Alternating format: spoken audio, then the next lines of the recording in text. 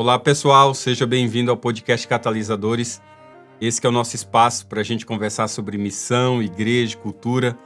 Estamos chegando ao final da parte 3 da série A Ordem e eu não poderia deixar de trazer ele, Robert Greene. Não sei se você já ouviu falar dele. Eu tenho 2 livros dele aqui em casa, mas tenho mais no Kindle. Mas o livro mais famoso dele talvez você conheça, As 48 Leis do Poder, tá? E um dos livros mais fantásticos dele, eu acredito que é melhor do que os 48 Leis do Poder, é As Leis da Natureza Humana, tá? Esse livro é extraordinário, The Laws of Human Nature.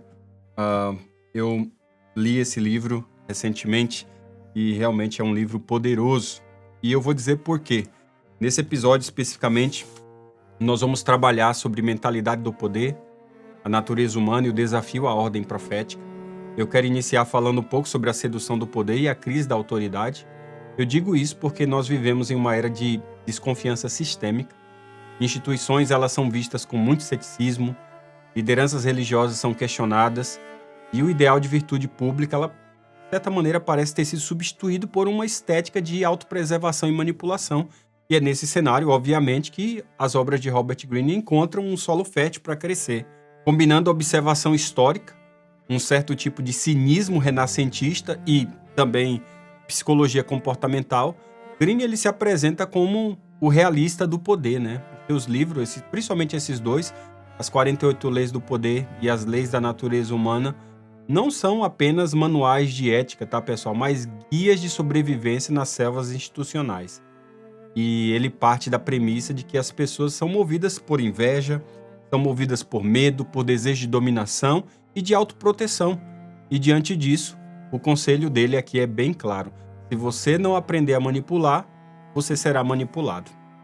A lógica ela é completamente maquiavélica, né, no termo pejorativo aqui, quando a gente analisa, né, no adágio popular, né, a maldade, mas ao mesmo tempo eu digo até que isso vai além, tá? Porque quando ele trabalha, por exemplo, nas leis da natureza humana, ele busca o funcionamento das paixões humanas.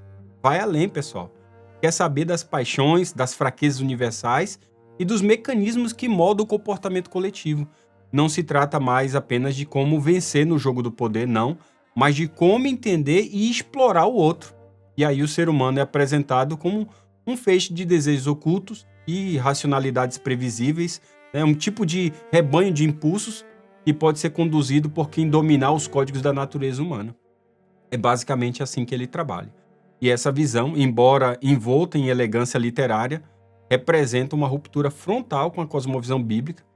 Para Greene, certamente o ser humano não é a imagem de Deus, mas um animal competitivo, não é regenerável, mas apenas domesticável, não é um agente moral, mas um instrumento estratégico. Em outras palavras, é uma visão gnóstica moderna, onde salvação não vem da graça, mas do domínio técnico do outro.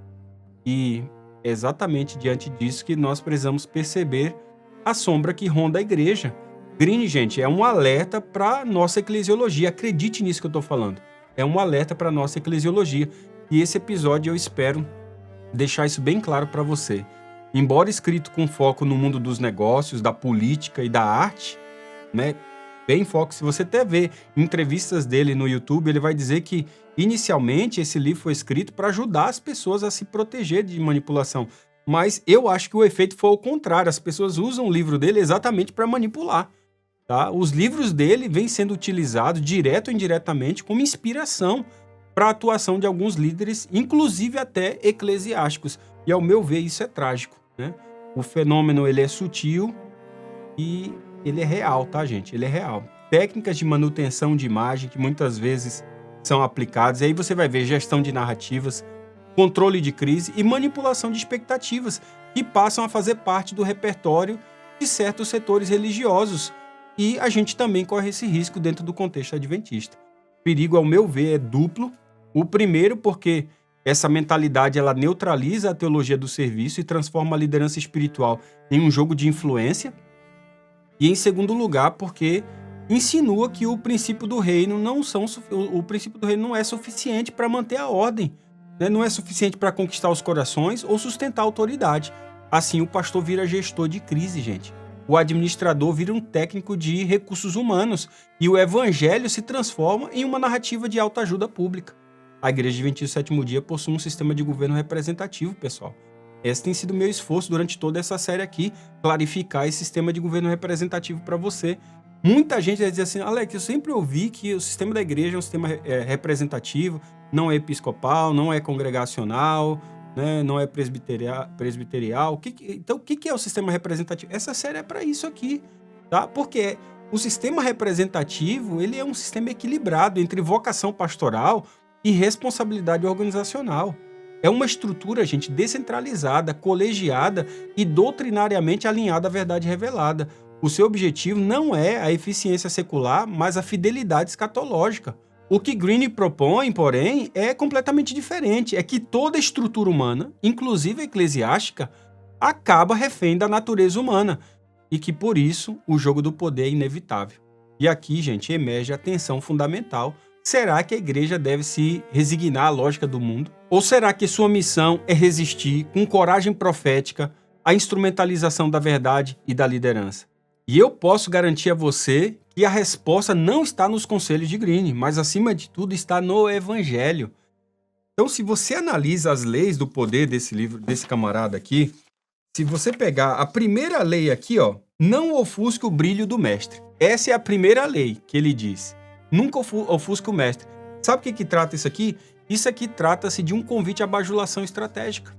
A manipulação do ego alheio como trampolim de ascensão. E isso é trágico, pessoal. Quando você pega essas 48 leis aqui, principalmente essa primeira lei aqui, ó, faça sempre o que as pessoas acima de você se sintam confortavelmente superiores. Faça sempre com que as pessoas acima de você se sintam confortavelmente superiores. Querendo agradar ou impressionar, não exagere exibindo seus próprios talentos ou poderá conseguir o contrário, inspirar medo e insegurança. Faça com que os seus mestres pareçam mais brilhantes do que são na realidade e você alcançará o ápice do poder. Veja isso. Eu tenho percebido, isso aqui é só a primeira lei, pessoal. Eu tenho percebido, 2026 estamos já chegando, indo para 21 anos de ministério, existem muitas pessoas que fazem isso aqui. Existem diversos tipos de trabalhadores, tá? Você precisa saber disso, mesmo na igreja, tá, pessoal? Alguns trabalham com medo. Medo de perder o cargo, medo de perder a função, medo de perder o ministério, tá? E o medo, gente, o medo mata a criatividade, o medo mata a inovação, mata a leveza necessária para o novo de Deus. Tá? Outros trabalham com obediência fingida. Na sua frente é super seu amigo, mas quando está longe fala mal de você. Ele fala de você de acordo com o ganho pessoal que ele terá. Ou então ele só te busca quando você for útil para ele. E também tem as pessoas que trabalham por recompensa, né? Elas te bajulam, buscam você no aeroporto desnecessariamente, né? Porque a gente pode pegar um táxi, um Uber, não precisa ninguém atravessar a cidade para me deixar num hotel que fica perto do aeroporto. Não precisa fazer cartaz e banner com a minha chegada no aeroporto. Saiba, gente, presta atenção, nada disso é para você. Tudo isso é para a posição que você ocupa nesse momento. E quando você deixar a posição, você vai perder tudo isso. Por isso que você não pode se deslumbrar com nada. Tem que ser servo humilde e buscar a simplicidade. Eu falei de gente que trabalha com medo, com obediência fingida, gente que trabalha por recompensa.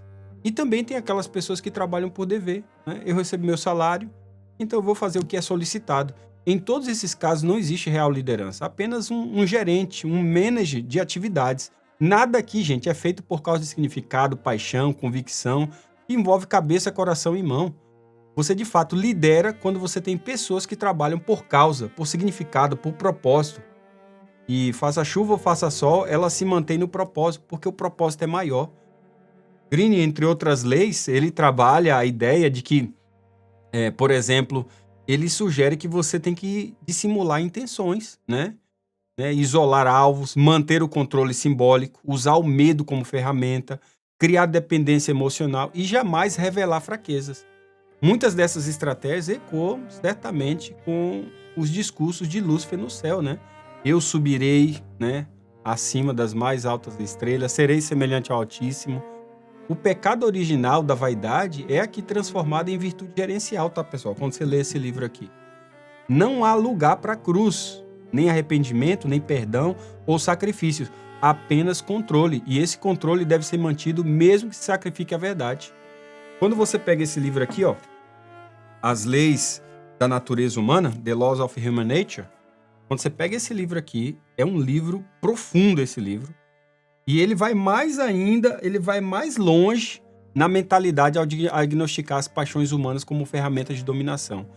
Ele trata nesse livro, por exemplo, da necessidade de status, da tendência à projeção, da vulnerabilidade à bajulação, do poder da linguagem corporal e também da manipulação das emoções coletivas. E o seu diagnóstico é muito forte, é agudo ao meu ver, por vezes verdadeiro até, mas o problema está na solução. Ele não aponta para a conversão, mas para a técnica, pessoal. Ele não propõe um novo nascimento, mas um novo domínio. A Igreja Adventista, no entanto, pessoal, ela possui outra ontologia. A natureza humana é sim decaída, mas pode ser regenerada pelo poder do Espírito Santo. O poder existe, mas ele deve ser consagrado, gente. A liderança é necessária, mas só se for espiritual. Guarde isso. A ordem eclesiástica não é um jogo de espelhos, mas uma expressão da autoridade do Cordeiro, gente. Nós estamos vivendo um momento de profunda crise institucional, tanto no mundo secular quanto no mundo religioso. A pandemia expôs a fragilidade da confiança pública. As redes sociais agora exacerbaram o culto à imagem. E o esgotamento emocional das lideranças espirituais revelou, de certa maneira, a distância entre a autoridade percebida e a autoridade vivida. E é nesse contexto que eu diria que muitos líderes, sentindo-se pressionados por resultados, por visibilidade, por sobrevivência institucional, são sim tentados a adotar uma mentalidade greeniana. Essa mentalidade aqui. Sem perceber, eles começam a ver o rebanho como massa de manobra, a liderança como palco e o púlpito como espaço de performance. Por isso, é urgente confrontar essa lógica com o modelo apostólico. Jesus ele não conquistou o mundo com 48 leis do poder, pessoal.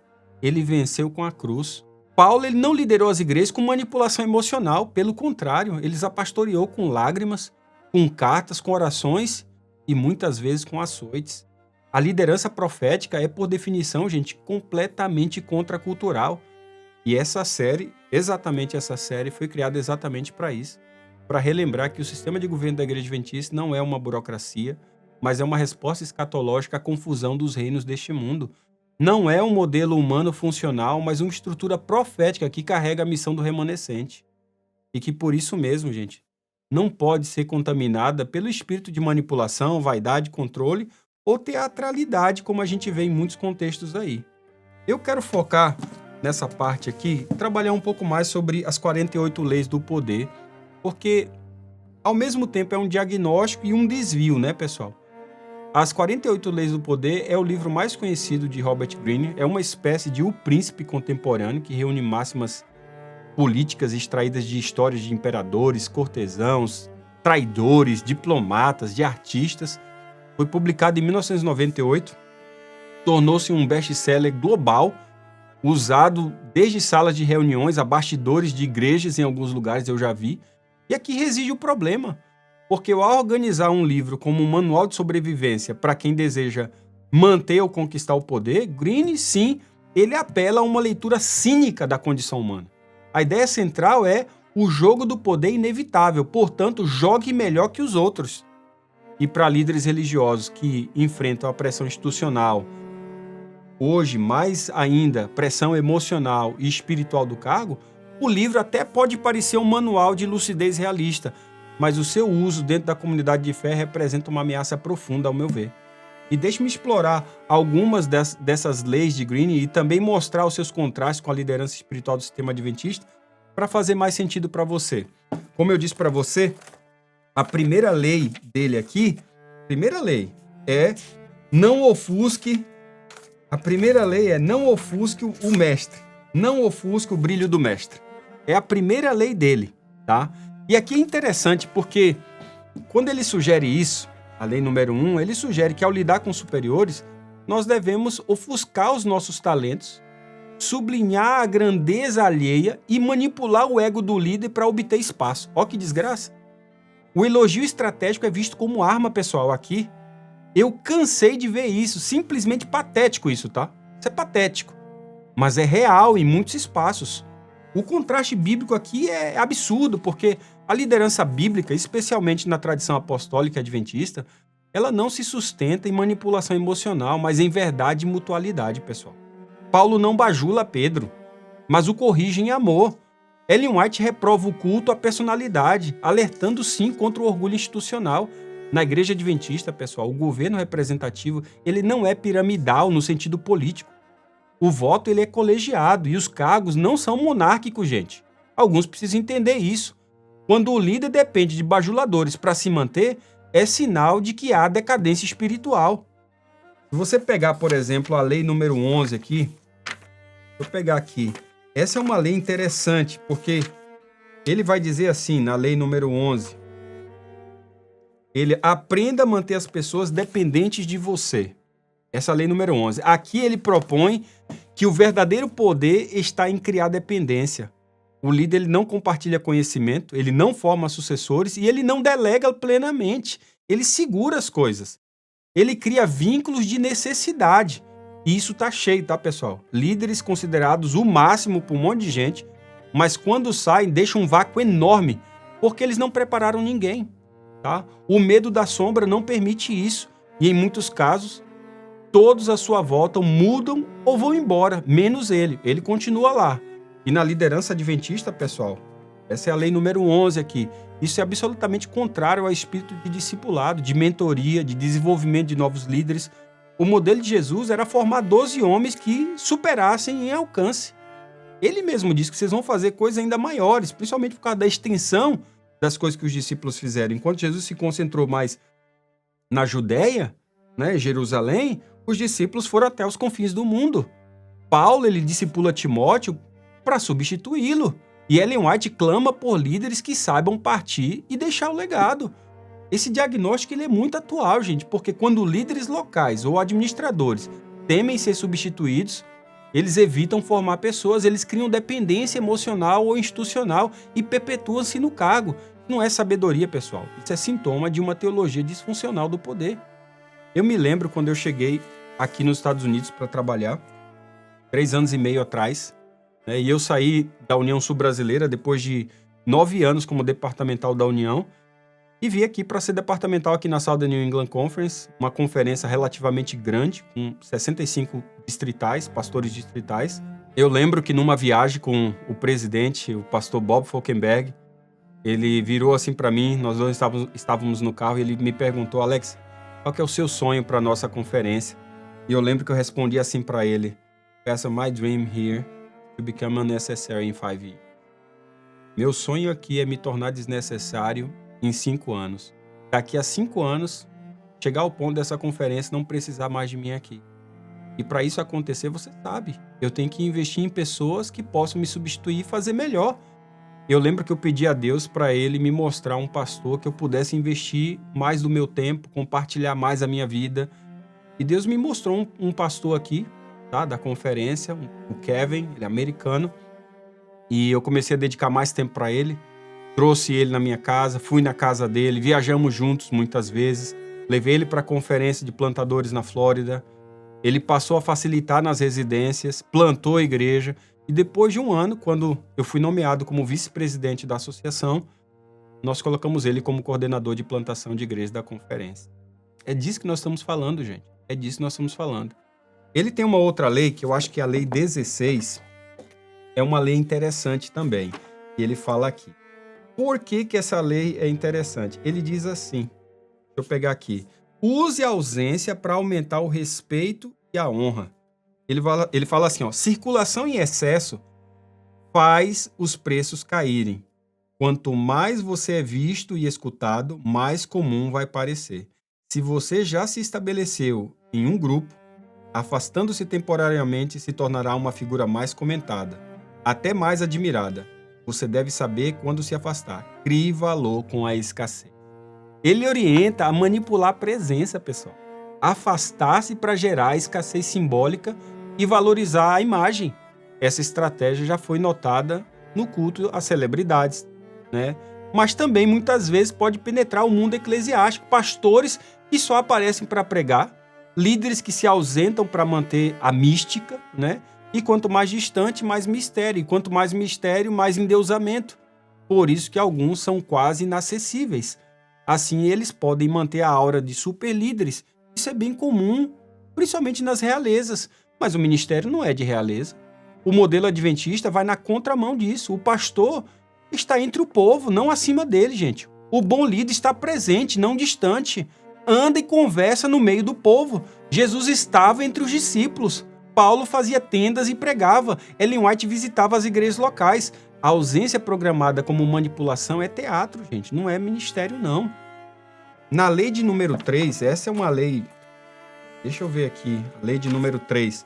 Oculte as suas intenções. Sabe o que ele está falando aqui na lei de número 3? Não? Que é para você, literalmente, dominar a arte da dissimulação. Simulação é exaltada por Green como a ferramenta mais poderosa, tá? Jamais revele os seus planos, segundo ele. Nunca revele os seus planos. A honestidade é vista como ingenuidade. E isso é impensável quando a gente olha num contexto eclesiástico. Mas não me admira não, tá, pessoal? Que alguns líderes possam ter essa postura. Eu lembro que até ano passado, estava falando com um líder que dizia que ninguém conseguia decifrar os planos e ideias do líder do outro nível da igreja. As pessoas se guiavam pelas frases e enfoques opacos que esse líder expressava. Isso é muito triste, pessoal, porque a espiritualidade bíblica não tem esses joguinhos, gente. A palavra de Deus é muito clara, seja o vosso falar sim, sim, não, não. A dissimulação é associada na teologia bíblica à serpente no Éden, não ao Cordeiro de Deus. A liderança cristã é marcada pela transparência, mesmo que isso custe influência temporária. Na administração adventista, pessoal, a igreja possui atas, documentos, comissões, colegialidade para exatamente reduzir a dissimulação. E quando o líder ele burla esse sistema para proteger-se ou manipular o processo, ele está traindo a estrutura escatológica que deve representar. E isso é pecado contra a missão da igreja. Você lembrar disso.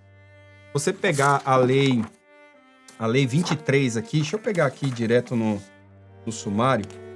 A lei 23 vai falar, concentre as suas forças. A proposta aqui, na lei 23, é você preservar sua força e sua energia, concentrando no seu ponto mais forte. Tá? A proposta aqui é focar a energia em um único objetivo de domínio. É uma lei que celebra o hiperpragmatismo. Olha, e não é brincadeira isso aqui não. Tá? Gente que é super pragmático. Parece que não tem uma espinha dorsal, não tem aonde se aferrar a pessoa. Não, pragmatismo, altamente pragmático. Na missão adventista, gente, o foco nunca é pessoal, institucional ou egóico. Não, o foco é o mundo. O evangelho é a mensagem dos 3 anjos do Apocalipse 14. A força do movimento não é a concentração de poder, mas a sua difusão em redes missionárias, em colégios, centros de saúde, publicações, centros de influência, igrejas, pequenos grupos. É disso que a igreja vive, não de concentrar suas forças em uma direção ou ser pragmático. Não, senão a gente vai perdendo o centro unificador da igreja, gente. Se você olhar na lei de número 34, por exemplo, a lei de número 34, ele diz que é para você agir como um rei, haja como um rei para ser tratado como tal.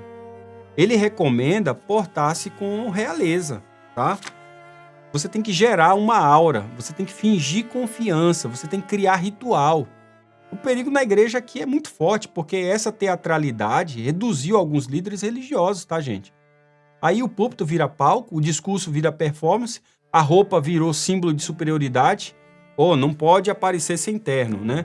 Não pode viajar sem terno. As pessoas precisam te ver de um jeito determinado, senão seu brilho é apagado. Gente, pelo amor de Deus, a informalidade certamente vai gerar mais proximidade. E mais proximidade, mais intimidade. E mais intimidade, mais conhecimento de quem você realmente é.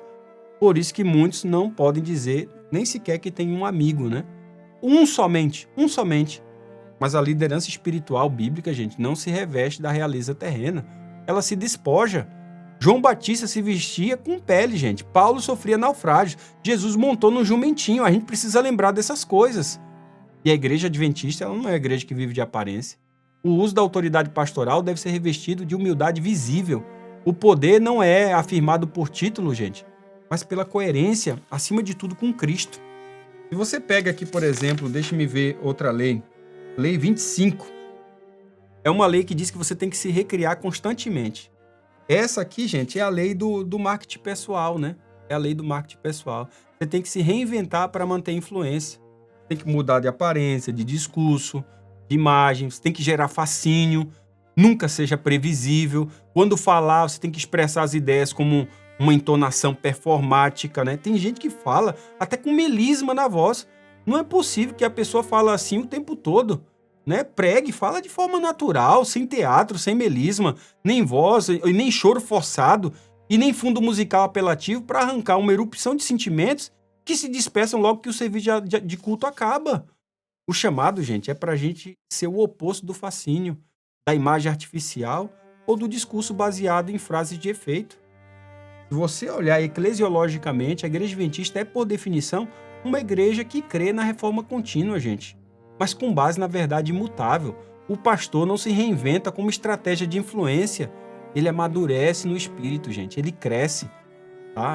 É isso que a palavra de Deus nos traz sobre o ministério, sobre a vida de um líder na igreja local. A sua identidade é estável como um servo de Deus, um filho da profecia, um defensor da palavra.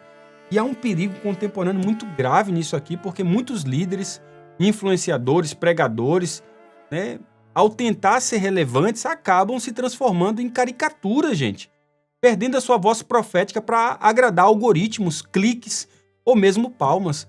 A reinvenção pode ser máscara, tá, gente? E máscara é idolatria, a gente precisa lembrar disso. Se você pega, por exemplo, uma outra lei aqui, deixe-me ver, eu não tenho como explorar todos, são 48, tá? A lei 29. A lei 29 diz que você tem que planejar até o fim. Green afirma aqui que quem controla o plano, controla o poder. Mas o evangelho não se constrói com cálculo apenas, gente. A missão é feita com oração, com dependência, com vulnerabilidade. Nem Paulo, que Paulo planejou tudo. Ele foi impedido de ir à Ásia, teve visões, mudou os rumos. E na governança adventista, sim, planejamento é muito essencial, mas não é um fim em si, gente. Um plano que não pode ser interrompido pela voz do Espírito é um ídolo.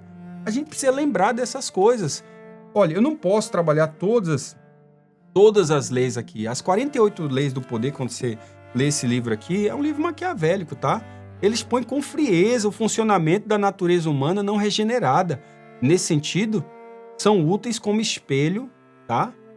São úteis como um espelho escuro, uma advertência, mas nunca como uma doutrina, nunca como solução. A igreja não é laboratório de manipulação, gente, mas ela é uma comunidade do Espírito. A estrutura da Igreja Adventista do Sétimo Dia, com a sua base na representatividade, colegialidade e vocação profética, é profundamente incompatível com o ethos de Green, pessoal. Importar suas ideias, mesmo que sutilmente, significa minar a ordem, destruir a confiança e envenenar a autoridade. Então é urgente que pastores, líderes locais, administradores e membros compreendam isso. A igreja não é um tabuleiro de xadrez, gente, mas é um corpo vivo e cada parte deve cooperar para o crescimento em amor. É isso que diz lá em Efésios capítulo 4. Deixe-me explorar um pouco mais, já que a gente explorou aqui as 48 leis do poder, deixe-me explorar um pouco mais sobre as leis da natureza humana. Aqui é um diagnóstico, eu diria até psicológico, mas com um risco eclesiológico absurdo. Absurdo.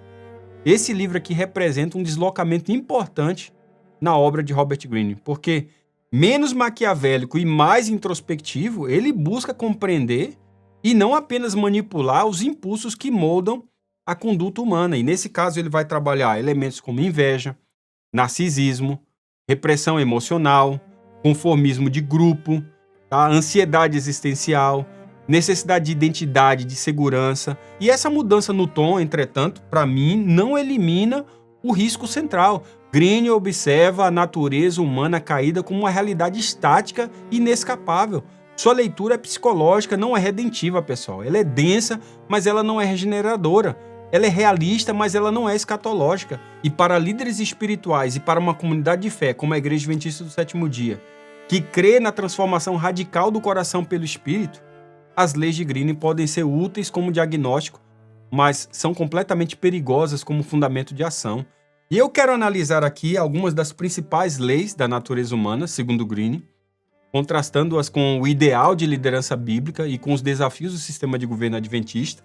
Se você olhar aqui, por exemplo, ele vai começar com a lei da racionalização, tá? É isso mesmo. Ele vai começar com a lei da racionalização. E para nós isso é quase que um auto-engano sistemático. Se você ler o livro, você vai perceber isso.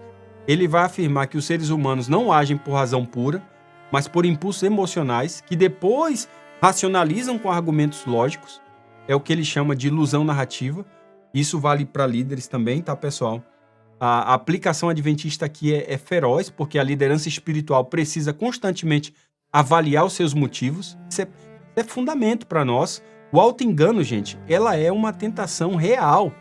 Pastores podem racionalizar decisões erradas com argumentos de missão, de urgência.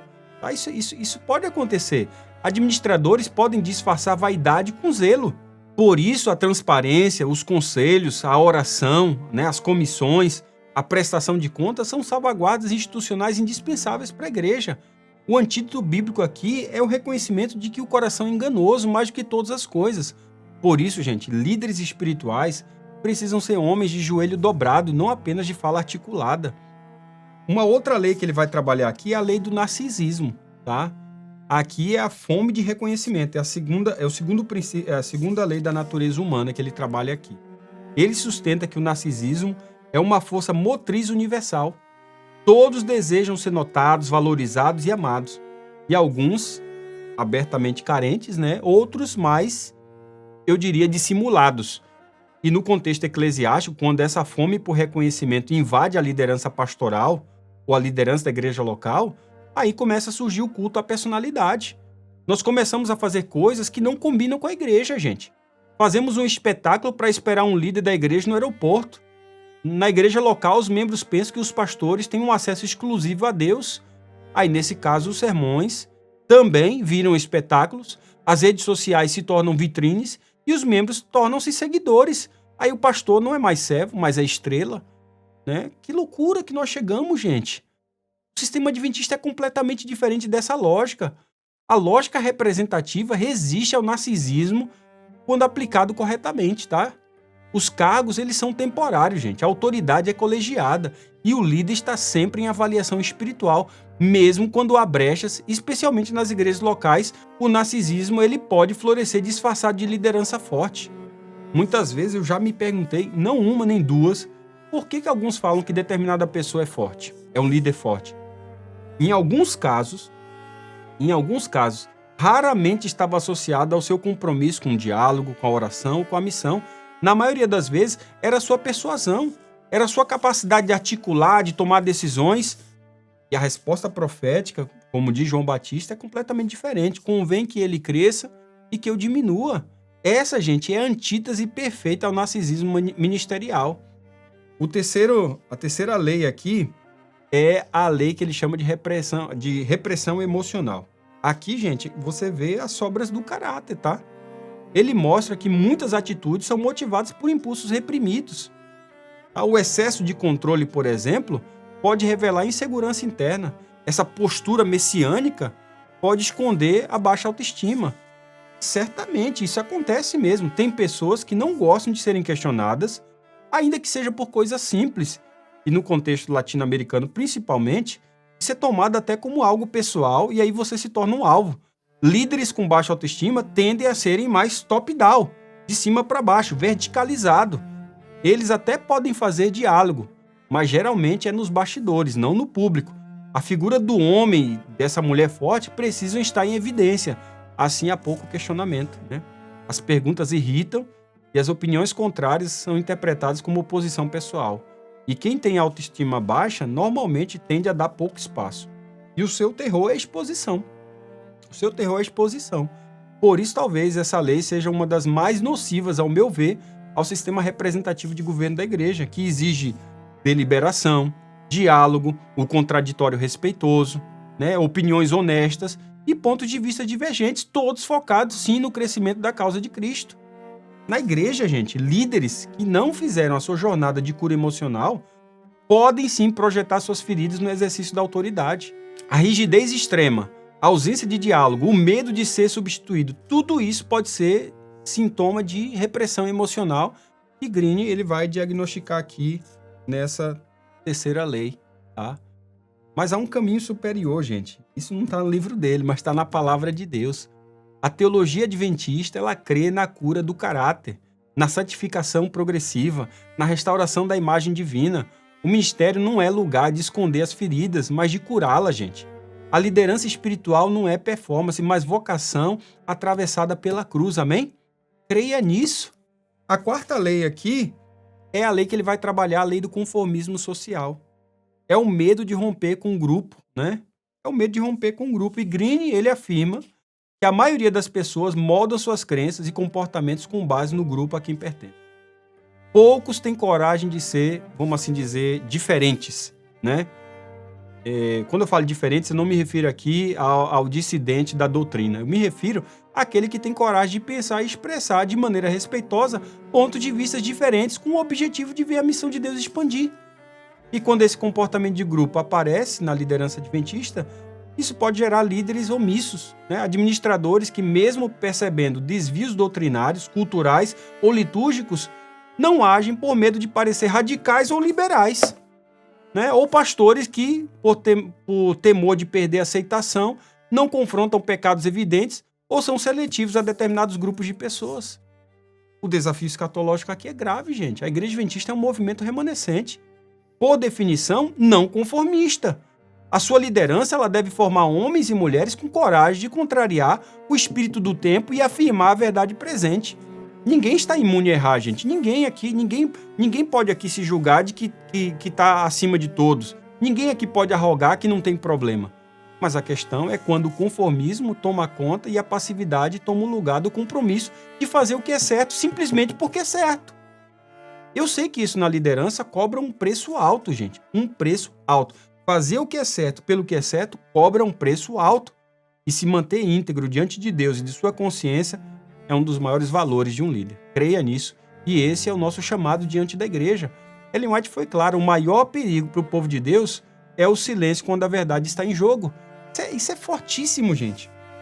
Se você pegar aqui o quinto capítulo, ele vai falar no quinto capítulo sobre a lei da ansiedade existencial. Né? Distrações para fugir aqui da morte, eu diria. Né? Ele propõe que muito do comportamento humano é moldado pelo medo da finitude. Medo da morte, medo da irrelevância. Isso leva as pessoas a buscarem projetos, causas ou imagens que lhe deem a sensação de importância. O líder, nesse contexto, ele pode fazer da função eclesiástica a sua identidade total, né? Um escudo contra a angústia do vazio. E deixe-me dizer uma coisa para os nossos colegas que estão em alguma função, principalmente os mais novos que estão chegando, né? Em qualquer nível da igreja, você não é o cargo, você não é isso, você está nisso. Lembre-se, você não é. Isso passa. E quando passa, pouca gente vai lembrar de você. Esteja tranquilo sobre isso. Eu me recordo muitas vezes, não poucas vezes, muitas vezes, indo na Igreja Central de Curitiba, no Paraná, e eu passava ali na lateral dos bancos da Igreja Central de Curitiba, uma mega igreja, né, e um deles estava ali o pastor João Wolff. João Wolff. É possível que muita gente nem saiba de quem eu estou falando aqui. 90% das pessoas naquela mega igreja não sabiam que aquele homem liderou a igreja em toda a América do Sul, foi presidente da divisão sul-americana por mais de uma década.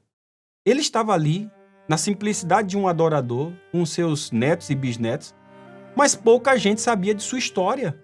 Muitas vezes fui até ele para agradecer o sacrifício de uma vida de tantas viagens, distância da família, de decisões difíceis que líderes nesse nível têm que tomar. E eu até lembro que uma das primeiras vezes que eu abordei ele me perguntou: "Você é daqui da igreja?" Ele também não me conhecia, mesmo que eu pudesse supor que pelo fato de eu trabalhar na União, que ele soubesse que eu era pastor e departamental da União, mas isso era um lembrete para mim e para todos nós. Isso foi um lembrete para mim muito claro: você é um membro da Igreja de Cristo e está agora como um vice-presidente da associação. Então, não deixa subir para a cabeça, meu amigo. Porque se subir, você vai se tornar uma pessoa ruim. Tá bom? Você vai se tornar uma pessoa ruim. No ministério, quando o pastor se identifica exclusivamente com o cargo, ele perde o senso de filiação divina. A transição de funções vira crise de identidade. Aí a perda do púlpito vira a perda do valor pessoal. A liderança saudável nasce da segurança escatológica, saber que nós somos amados por Deus, não pelo que nós fazemos, mas pelo que nós somos nele, pelo que nós somos em Cristo. Autoridade não é fuga da morte, mas serviço na esperança, gente. Amém por isso? Se você pegar aqui, ele vai falar sobre a outra lei, que é a lei da inveja. Aqui é o tipo de ressentimento disfarçado. Ele vai identificar a inveja como um dos impulsos mais dissimulados e perigosos. Ele se esconde atrás da crítica, da indiferença, do boicote. Quantas vezes eu mesmo fui boicotado simplesmente por fazer uma coisa que estava dando certo? Creia, é nojento isso, mas é verdade. Isso pode acontecer. Tá? Na cultura eclesiástica, a inveja pode ser disfarçada de zelo teológico, né? Ele é jovem demais. Não, esse jovem ainda é imaturo, né? Pode ser disfarçado de crítica estratégica. Não, ele ainda não tem experiência. Ou de ironia piedosa. Nós precisamos orar por ele. Vamos orar por ele. Tá? Essas coisas corroem a comunhão e sabotam o avanço da missão.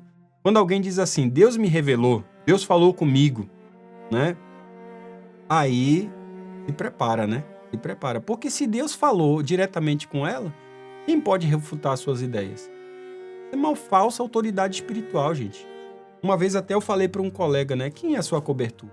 Quem tem autoridade espiritual sobre você? Certamente não é a posição que dá essa autoridade. O fato de você ser líder de alguma coisa ou de algum lugar não te dá autoridade espiritual. O que te dá autoridade espiritual é comunhão com Deus e proximidade das pessoas. As pessoas que têm autoridade espiritual, especificamente sobre mim, são aquelas que caminham comigo e eu com elas.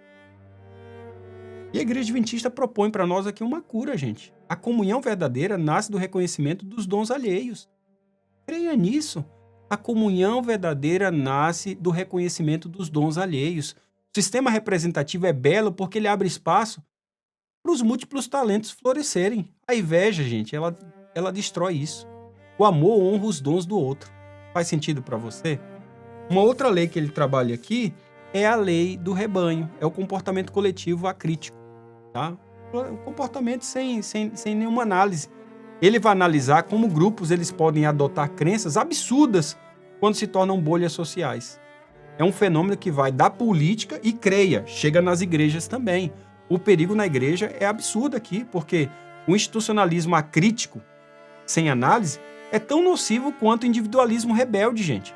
Membros ou pastores que aceitam qualquer diretriz apenas por vir de cima, sem discernimento bíblico, perdem a vocação profética. E isso fere a colegialidade do corpo. Mas o contrário também é verdade. Aqueles que sempre desconfiam da liderança e veem conspiração em tudo, tornam-se também amargos e ineficazes. Isso também está cheio. Eu já saí, por exemplo, de diversos grupos de WhatsApp porque era sempre gente ferida, desconfiada, um mau gosto. Isso não só cansa, mas apaga a paixão. Fuja desses grupos, amigo. Fuja desses grupos. O meu apelo a você é que grupos de fofoca só rebaixam você. Esses grupos não têm compromisso com o seu crescimento. Comece a sair agora mesmo desses grupos. Você precisa de algo mais nobre. Muitos desses grupos são disfarçados de compartilhamento de ideias, mas 95% é fofoca. Não é ideia. Sai imediatamente. A ordem adventista pede equilíbrio, pessoal, e pessoas mais nobres. Lealdade institucional com espírito analítico. Obediência com discernimento e confiança com vigilância. Faz sentido para você? Uma outra lei que ele vai trabalhar aqui, essa é interessante, é a lei da ideologia. A busca por abrigo mental aqui. Green ele propõe que as ideologias são muitas vezes refúgios para pessoas que não suportam a ambiguidade da vida. Elas oferecem narrativas totais, onde o inimigo está claramente definido, o bem está do nosso lado e o mal sempre é externo, o mal sempre é o outro. E no ambiente adventista, isso pode se manifestar quando o líder se agarra a modelos ideológicos. E a gente tem visto aí pessoas que vão, numa defesa ferrenha para o progressismo, outros para um conservadorismo político, para explicar tudo, e aí eles desconfiguram o evangelho. O sistema de governo da igreja deve resistir a isso. Gente. Nós somos guiados não por ideologias humanas, mas pela profecia bíblica, que é muito mais rica, paradoxal e exigente. O remanescente não se reduz a um time ideológico, gente. Faz sentido isso para você?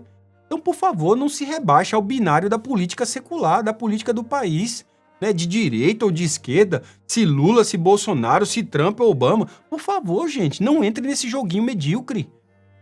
Uma outra lei que ele trabalha aqui é a lei da personalidade, né? Do culto à personalidade.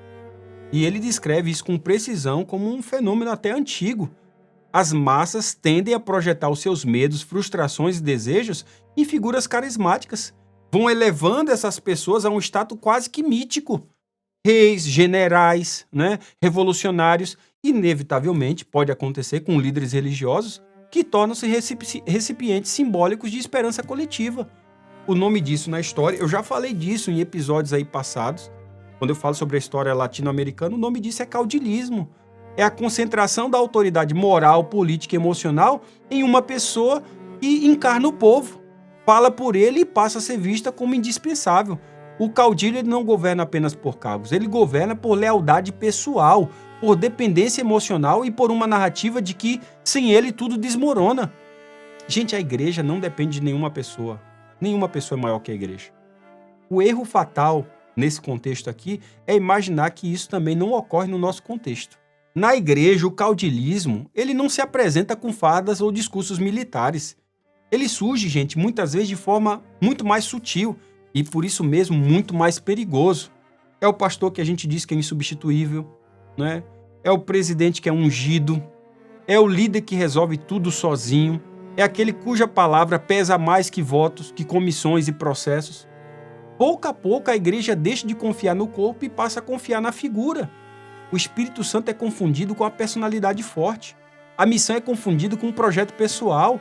A crítica fraterna passa a ser rotulada como rebeldia. Aqui nasce o culto à personalidade.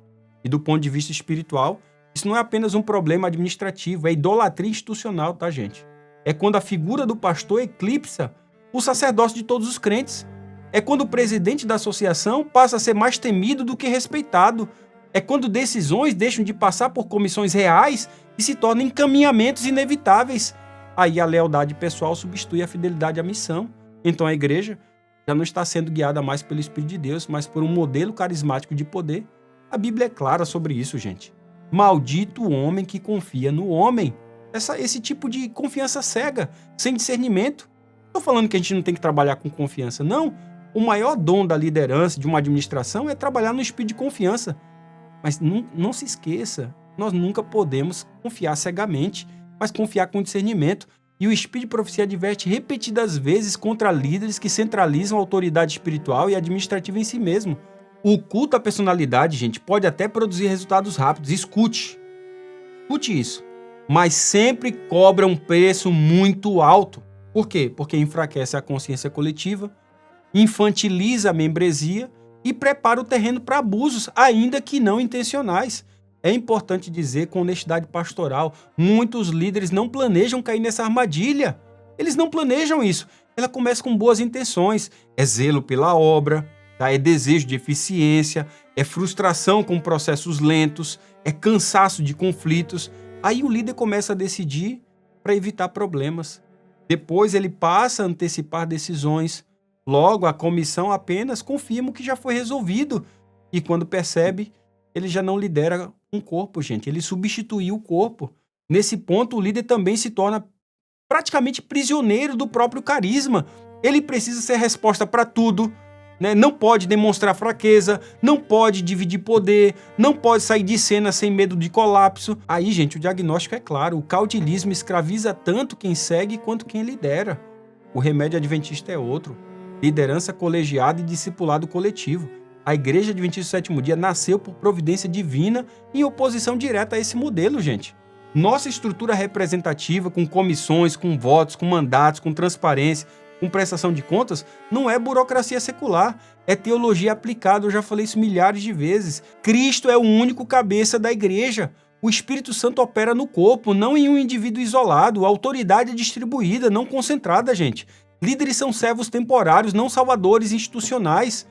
O verdadeiro antídoto ao culto à personalidade não é a mediocridade, mas o discipulado coletivo. Não é a ausência de liderança forte, mas a presença da liderança compartilhada. não é desconfiança, gente, mas processos que protegem a igreja e também o líder de si mesmo. Toda vez que uma igreja começa a dizer, sem ele isso não funciona, sem esse pastor isso não acontece, sem esse presidente isso não vai adiante, ela já está em perigo. Gente, toda vez que uma comissão existe apenas para legitimar decisões já tomadas, ou mesmo que uma crítica leal é silenciada em nome da unidade, ou toda vez que o carisma substitui o caráter e o processo, o culto à personalidade venceu mais uma batalha, gente, ainda que em nome da missão. A igreja remanescente ela não foi chamada para produzir caudilhos carismáticos, pessoal. Entenda isso. Mas é um povo maduro, organizado, consciente espiritualmente e responsável. E isso exige coragem, gente, muita coragem para dizer que nenhum líder é maior que o corpo.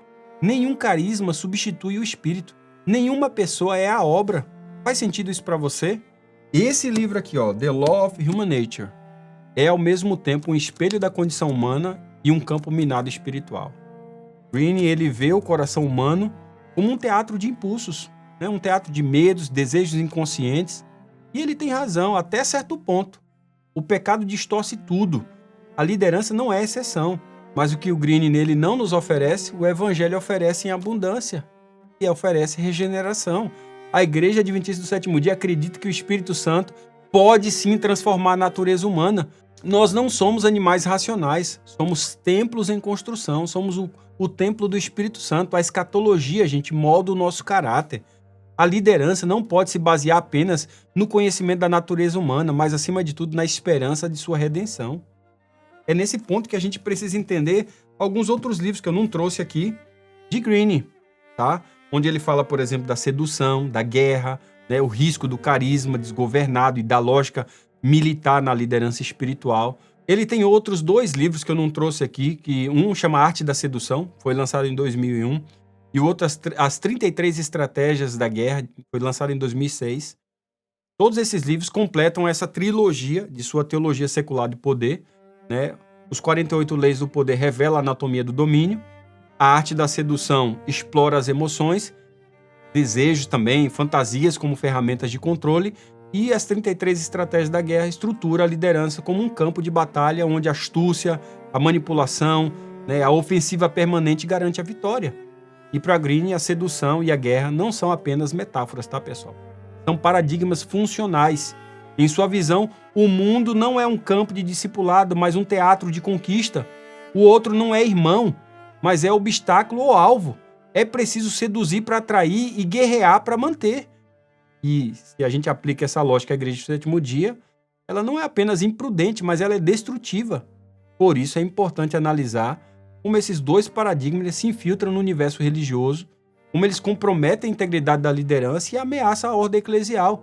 Ao mesmo tempo, a gente deve reconhecer onde tais leituras podem, se bem discernidas, também servir de alerta, tá? O primeiro elemento é a gente entender o carisma sedutor como forma de dominação. No livro que eu falei para vocês, que é A Arte da Sedução, que eu não estou aqui com ele, ele apresenta vários tipos de sedutores históricos, né? De carismático ao dramático, do melancólico ao enigmático.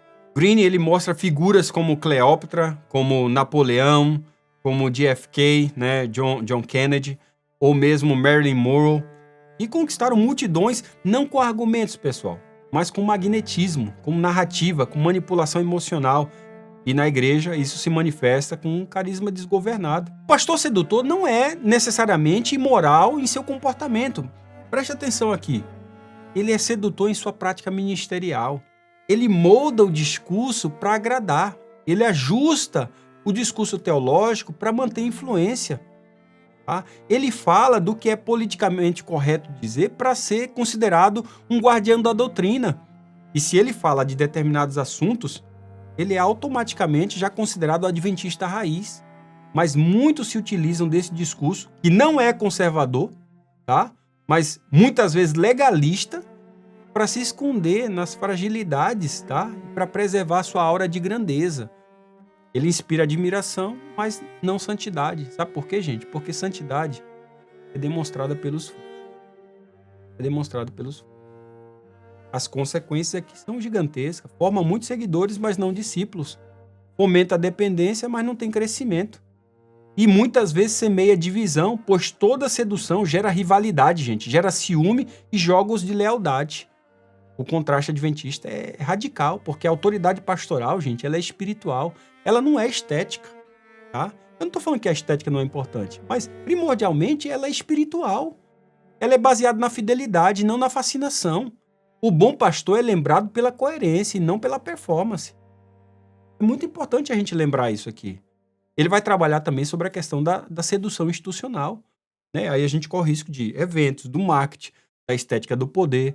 A cultura da sedução ultrapassa indivíduos, gente. Ela pode se transformar em ethos institucional. Creia, isso pode acontecer. Eventos com cenografia teatral, líderes que performam espiritualidade para o aplauso, redes sociais como palco de piedade, programas evangelísticos mais preocupados com o impacto do que com profundidade. E esse fenômeno é global, gente. Ele é global, mas ele também atinge a igreja. E quando a estética substitui a autoridade espiritual, o povo é seduzido, mas não edificado. O sistema representativo da igreja foi criado justamente para evitar isso. Ele prevê que a liderança não é permanente, que os cargos se revezam, que o processo é colegiado. Mas se a cultura da sedução se infiltra, a comunidade passa a confundir carisma com vocação e performance com unção. A resposta bíblica é clara, gente. Tua palavra é a verdade, a igreja é chamada à santidade, não a sensualidade litúrgica. O reino, gente, é construído com lágrimas e cruz e não com aplausos e névoa do palco. Gente, a gente precisa prestar atenção em que caminho que a gente está indo. Um outro elemento muito importante que ele vai trazer à tona é o paradigma da guerra. É quando você começa a ver inimigo para tudo que é lado, né? E nesse livro, As 33 Estratégias da Guerra, ele adapta manuais clássicos de estratégia como Sun Tzu, Clausewitz, Maquiavel, Napoleão, e ele traz isso para a vida pessoal, profissional e política. Ele transforma relações humanas em campanhas militares, divide o mundo entre aliados e inimigos, promove isolamento estratégico, né, a divisão calculada e o ataque cirúrgico. E na igreja isso é devastador, né, gente? É devastador. A liderança que adota essa lógica enxerga a oposição em toda crítica, em toda observação. Os conselhos se tornam trincheiras. Aí a comunicação institucional vira propaganda e a união cede lugar ao cerco. Os riscos são claros. Pastores que veem seus anciãos como ameaça, ou mesmo administradores que isolam departamentais para manter controle, igrejas locais onde se dividem clãs em torno de preferências teológicas ou litúrgicas, né? Muitas vezes questões de consciência que não tem nada a ver com teologia em si. O espírito de guerra é o oposto do espírito de Cristo. Ele não veio para aniquilar, mas para redimir. Ele não nos deu espírito de medo, mas de poder, amor e de equilíbrio. É nesse sentido que a gente precisa entender quando ele coloca a guerra como gestão. Aqui, gente, é o colapso da colegialidade, quando você lê isso nos livros dele. Um dos princípios centrais da administração adventista é a liderança colegiada. As decisões passam por comitês, passam por comissões, a autoridade é descentralizada. Isso não é apenas questão de governança, gente, mas de teologia. A guerra, no entanto, exige comando único. Ela é centralizadora. E líderes que pensam como generais tendem a suprimir a colegialidade em nome da eficiência. E qual que é o resultado disso? É comissões de igreja que vira formalidade. É assembleia que se torna carimbo. É delegados que viram plateia. E aí o presidente vira comandante. Isso é anticristão, gente. A autoridade espiritual não teme o contraditório. Ela floresce no diálogo, ela não floresce no decreto, gente. A igreja não é um exército de autômatos, mas é um corpo vivo. É aqui que você precisa entender a sedução e guerra como sintomas de medo. Por trás do desejo de seduzir, da ânsia de guerrear, há uma raiz comum. É o medo, gente. O medo de perder influência, o medo de ser desmascarado, medo de perder o cargo, medo de desaparecer.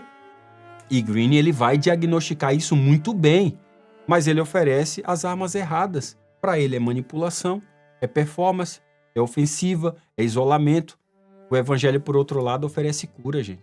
Confiança em Deus, serviço sacrificial, verdade no interior, esperança escatológica. O pastor fiel não precisa conquistar, creia nisso. O pastor fiel não precisa conquistar, ele precisa apenas permanecer. O líder espiritual não vence o oponente, ele vence o ego, gente.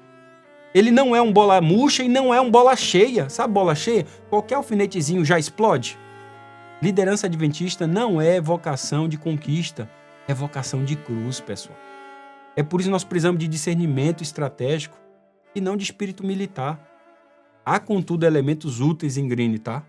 Tem que reconhecer isso. Ele nos alerta para a importância do discernimento estratégico. Eu estou falando aqui de não ser ingênuo em relações interpessoais. Não seja ingênuo demais também. Você precisa entender as relações interpessoais. Saber identificar a manipulação disfarçada. Você precisa evitar a exposição desnecessária. Proteger a unidade diante de divisões. E esses princípios, quando filtrados pela ética bíblica, podem ajudar líderes a evitar erros pastorais comuns, como confiar demais, expor confidências, ser precipitado em decisões. Mas o discernimento não é paranoia, gente. E a estratégia também não pode anular a transparência. É aqui que a gente precisa entender um pouco melhor a sedução da popularidade e o fim da vocação. Na cultura digital, a popularidade virou prova de sucesso espiritual. E Greene antecipou isso com muita clareza. Sua linguagem de imagem, de narrativa, de sedução, explica por que tantos líderes buscam likes em vez de frutos. A lógica da guerra também reforça a cultura da competição. Pastores que disputam números de batismo como quem disputa territórios. A estrutura adventista precisa proteger o ministério da competição e da vaidade. Pastores são designados por vocação, não por marketing, pessoal. A autoridade nasce do chamado e não da aprovação do rebanho. É aqui que a gente precisa de uma resposta escatológica, com muita humildade, com muita firmeza. A igreja adventista vive na tensão entre o já e o ainda não. Isso é básico na nossa igreja. Entre a missão presente e o juízo vindouro. Entre a cultura secular e a promessa da restauração. E esse horizonte escatológico exige, sim, líderes que rejeitam tanto a sedução quanto a guerra. Que administrem com coragem, mas sem violência, que comuniquem com beleza, mas sem ilusão, que liderem com autoridade, mas sem culto à personalidade. O bom pastor, gente, não seduz, ele atrai com verdade. O líder espiritual não guerreia, ele intercede. A igreja não é um campo de batalha, é um campo da ceifa, gente. É o momento da colheita. E quando você estuda esses dois livros, A Arte da Sedução e as 33 Estratégias da Guerra, esses dois livros eles revelam extremos perigosos. Um é a liderança que encanta, mas não edifica, e o outro é a liderança que conquista, mas que não pastoreia. Ambas as abordagens destroem a confiança, solapam a ordem e transformam a missão em espetáculo ou em trincheira. E a Igreja Adventista do Sétimo Dia, gente, ela é chamada a liderança do Espírito. Tá? Ela é chamada a liderança do Espírito porque onde há verdade, não precisa haver disfarce. Onde há serviço, não precisa haver manipulação. Onde há escatologia, não cabe culto à personalidade. E onde há esperança, gente, não há espaço para guerra. Faz sentido para você? É nesse ponto que a gente precisa fazer uma reconstrução aqui desse entendimento da liderança adventista, entre a crítica e a esperança. Nós chegamos ao ponto mais decisivo desse episódio aqui, É pensar como é que a liderança adventista deve responder ao diagnóstico de Greene, tá? Sem cair em suas prescrições aqui, Como é que a gente faz isso? Como é que a gente pode evitar o extremo da ingenuidade sem adotar o pragmatismo secular? Como é que a gente mantém a ordem sem ceder ao autoritarismo? Como é que a gente pode ser firme sem manipular? Como é que a gente pode ser autêntico sem cair na sedução da imagem? Então, a primeira coisa aqui que a gente precisa entender é a crítica como purificação e não como destruição. Quando eu falo crítica aqui, gente, é análise, é pensar, tá? É ser um pouquinho inteligente. O primeiro passo aqui é compreender que a crítica à cultura do poder na liderança eclesiástica não é um ataque à igreja, mas é um chamado à sua purificação. Muitos líderes se sentem ameaçados quando essas questões são trazidas à luz. Eles temem a corrosão da confiança institucional, porém é justamente o silêncio cúmplice e a superficialidade corporativa que corroem a ordem. Presta atenção nisso. A verdadeira crítica, ela é profética. Ela não visa destruir, mas sempre reformar e reavivar. Ela parte da dor do zelo, não da vaidade da oposição. Ellen White foi a voz mais dura contra as lideranças em sua época, justamente porque amava a igreja e discernia os perigos de uma liderança desconectada da palavra. A liderança que teme a crítica legítima já deu sinais de idolatria da própria imagem, gente. Já aquela que acolhe a exortação e se permite ser moldada pelo Espírito, torna-se um instrumento de reforma. Um outro elemento muito importante é o diagnóstico das distorções. É quando a lógica de Greene começa a entrar nos púlpitos, na vida da igreja. É necessário coragem para reconhecer os sinais de que a mentalidade greeniana se infiltrou muitas vezes em nosso meio. É quando o cargo vira escudo contra a prestação de contas. É quando o ancião se eterniza na função por meio de alianças de conveniência. É quando a transparência é substituída por discursos retóricos vazios. É quando os jovens, gente, já não encontram mais modelos de integridade, mas de sobrevivência institucional. Quando decisões são tomadas para proteger estruturas e não para cumprir a missão, nós estamos entregando ouro para o bandido, nós estamos perdendo, gente. É aqui que os livros de Greene, especialmente esse livro aqui, ó, The Laws of the Human Nature, eles podem funcionar como espelho. Eles não devem nos guiar, por favor. Eles devem nos expor. A liderança espiritual precisa, gente, de humildade para reconhecer que a natureza humana, com seus vícios de vaidade, de narcisismo, de inveja, de paranoia, de instinto de domínio, ela não foi erradicada pelo batismo pastoral. Ela precisa ser crucificada todos os dias. É preciso uma reconstrução da liderança que volte para as escrituras, para a história do movimento. A resposta não está em estratégias externas, mas em uma redescoberta da teologia da liderança adventista. Uma liderança como mordomia, não como posse, gente. O cargo como cruz e não como trono. A assembleia como altar e não como palanque. O voto como pacto diante de Deus e não como instrumento de manobra. O povo como corpo vivo e não como massa manipulável. A história da Igreja Adventista, ela nos oferece modelos luminosos, gente. Tiago White, por exemplo, que organizou a igreja com firmeza e espiritualidade. A própria Ellen White, que confrontou líderes com voz profética e coragem. A G. Dennis, por exemplo, que coordenou a reorganização da Conferência Geral em 1901 com um espírito de colegialidade. O próprio Neil Wilson, que enfrentou tensões teológicas sem perder o foco na missão. A nossa geração não precisa de pastores sedutores, mas de líderes santos. Não precisamos de estrategistas de púlpito, gente, mas de homens e mulheres que falem a verdade, mesmo que custem a aceitação institucional. É nesse ponto que a gente precisa entender o sistema representativo como barreira contra essa lógica de Greene. A estrutura da Igreja Adventista não é perfeita, gente. Ela não é perfeita. Mas ela é uma dádiva institucional que protege a igreja contra riscos de personalismo, da tirania, da manipulação. E há certamente aspectos que devem ser resgatados. A rotatividade dos cargos, como a gente já falou milhares de vezes aqui, é um remédio contra a sedução do poder. A representação por voto é um antídoto, sim, contra o culto à personalidade. A liderança colegiada, que é uma barreira à centralização. A prestação de contas, que é vacina contra a cultura da impunidade. Tudo isso só funcionará, porém, se for animado por um espírito bíblico, né? Espiritual, apostólico e profético. Sem esse espírito, a ordem vira burocracia. Mas com ele, pessoal, torna-se caminho de santificação e missão, amém? Esse é um chamado para um bom pastor que dá a vida. Ao final de tudo, o modelo não é de Greene, pessoal. O modelo é de Cristo. Ele não escreveu manuais de manipulação, escreveu com sangue. Ele não seduziu as massas, ele não fez isso, ele chamou discípulos. Ele não dominou, ele lavou os pés. Ele não venceu pela astúcia, ele triunfou pela cruz, gente. E em um mundo onde o poder virou fetiche e a liderança um jogo de vaidades, a Igreja Adventista precisa ser escandalosamente diferente. Nossa autoridade, gente, vem da palavra. Nosso mandato vem da comissão. Nossa força vem do Espírito. O nosso modelo é o do Cordeiro. O nosso futuro é escatológico, não é político. Nossa esperança é a santidade, não a influência. A ordem adventista, gente, é uma herança a ser defendida. Não por tradição, simplesmente, mas por vocação. Seu sistema representativo, sua liderança colegiada, sua missão mundial, sua escatologia urgente, tudo isso requer líderes que vivam como se Cristo fosse voltar hoje e governam como se prestassem contas amanhã. E os líderes de hoje, gente, e aqui eu me incluo, pastores, administradores, anciãos, diretores de grupos, de igreja, de escola, ouço o chamado de reavivamento e reforma. Que resistam à sedução da imagem, da lógica de guerra, como coloca Greene aqui, que rejeitem as leis do poder e se submetam às leis do reino de Deus. Pois lembre-se que chegará o dia em que o Cordeiro julgará os que usaram o seu nome para edificar seus próprios tronos. E nesse dia só haverá uma liderança que sobreviverá, a dos que lavaram os pés, guardaram a fé e não se dobraram ao ídolo da performance. E esses vão ouvir do grande Senhor, bem-estar, servo bom e fiel. Entra no gozo do teu Senhor. Amém por isso? Bem, esse foi o nosso episódio sobre esse homem desafiador, Robert Greene. Bem, eu espero você no próximo episódio. Um grande abraço e até lá.